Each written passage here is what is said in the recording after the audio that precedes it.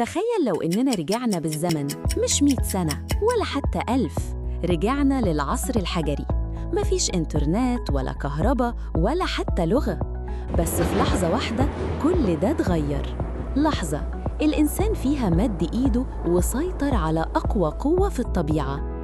أول ما الإنسان قدر يتحكم في النار، مش يولعها وخلاص، لأ، يتحكم فيها، يطفيها ويولعها وقت ما يحب. هنا بدأ كل شيء. الأكل بقى مطبوخ، الهضم بقى أسهل، الفكر بدأ يتطور. الحيوانات كانت بتخاف من النار فبقى في أمان. والصقيع خلاص الإنسان قدر يعيش في أماكن ما كانش يحلم يقرب منها. ومن هنا اتولدت اللغة وبدأت القصص. النار ما كانتش بس مجرد دفى، كانت أول شاشة عرض في التاريخ. حواليها الإنسان اتعلم وعلم وبدأت الحضارة.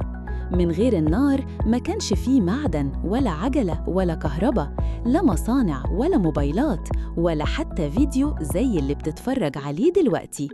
كل اختراع عظيم بدأ من نفس اللحظة، لما الإنسان قرر يسيطر على الطبيعة بدل ما الطبيعة تسيطر عليه.